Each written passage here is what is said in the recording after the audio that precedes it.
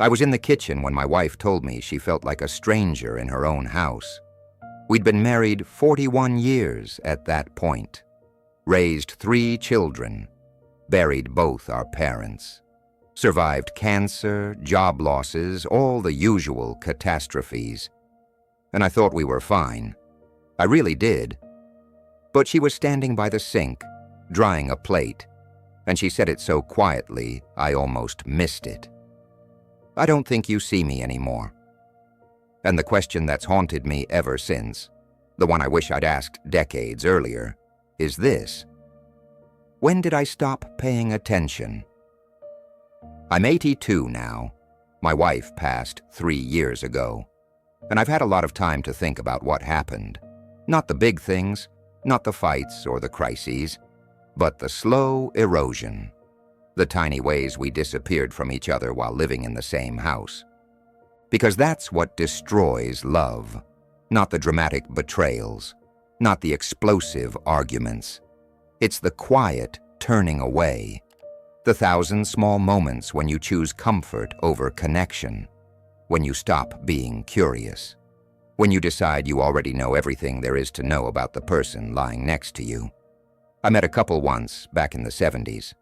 We lived next door to them for about 5 years, Ben and Rita.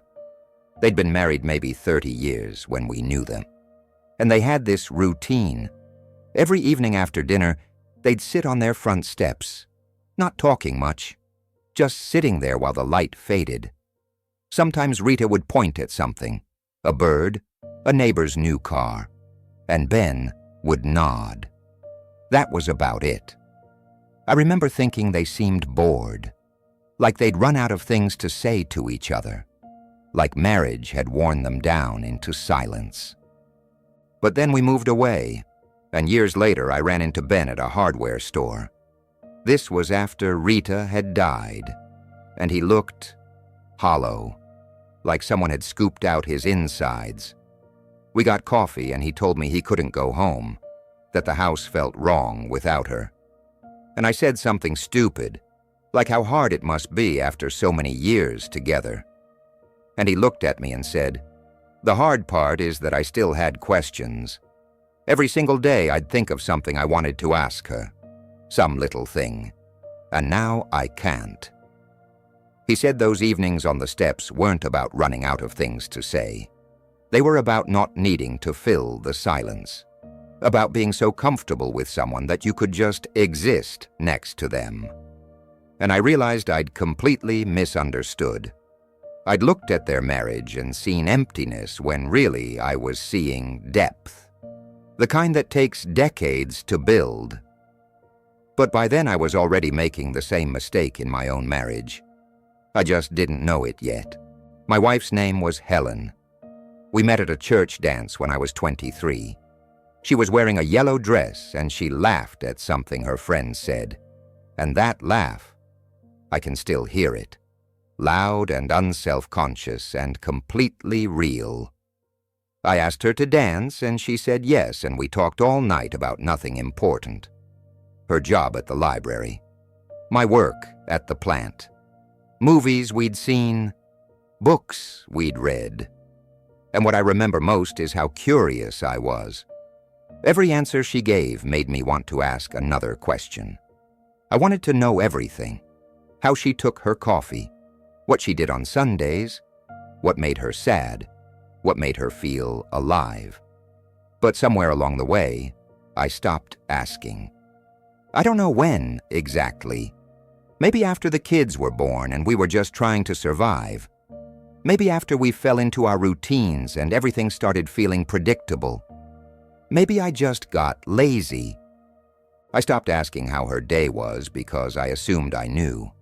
Stopped listening to her stories because I'd heard variations of them before. Stopped noticing when she changed her hair or wore something new or seemed quieter than usual. I thought I knew her. I thought 41 years meant I'd seen everything, learned everything, that there was nothing left to discover. But I was wrong. That moment in the kitchen, when she said she felt invisible, should have been a wake-up call. And in some ways it was. I tried harder after that, asked more questions, paid more attention. But the truth is, I was already years too late. The damage wasn't something I could fix in a few months.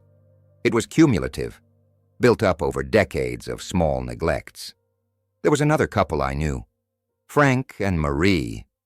They came to our church, sat in the same pew every Sunday for probably 20 years, and they had this way of being together that always seemed separate. Even when they were sitting side by side, there was a distance. Frank would be reading the bulletin and Marie would be looking straight ahead, and you could feel the space between them. One Sunday, Marie stopped coming, and someone asked Frank if she was okay, and he said she was fine, just tired of church. But then we found out she'd moved out, left him after 47 years of marriage. Just packed a bag one day and drove to her sister's place 3 states away. And everyone was shocked, because there'd been no affair, no big fight, nothing dramatic. They'd just eroded.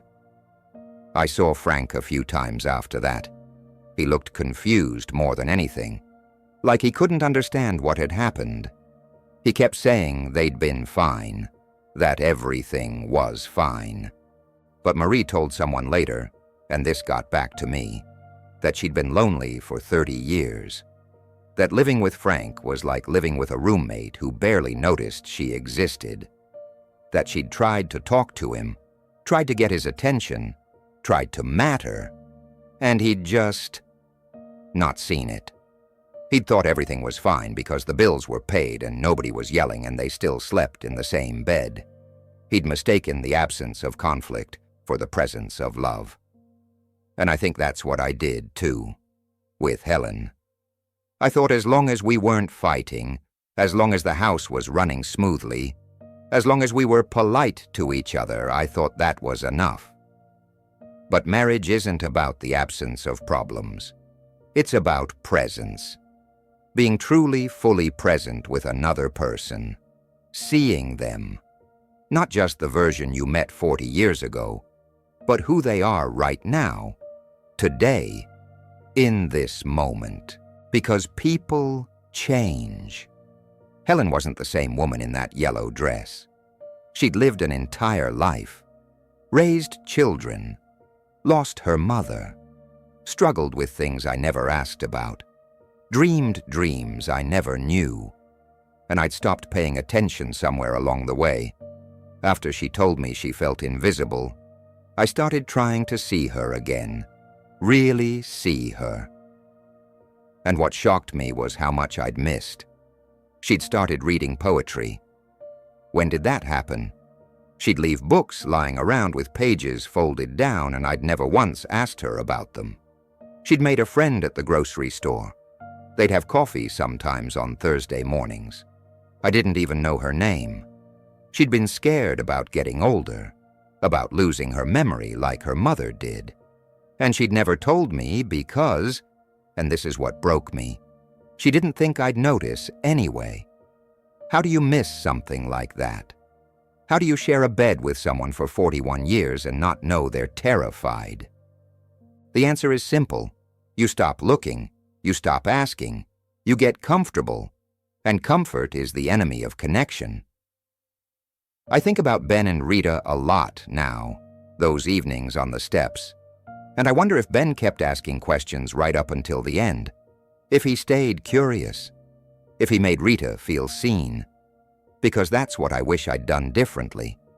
I wish I'd kept courting Helen, not with flowers and fancy dinners, though those are nice, but with attention, with genuine interest in who she was becoming. I wish I'd asked her about the poetry, about what lines spoke to her and why. I wish I'd wanted to know her friend's name.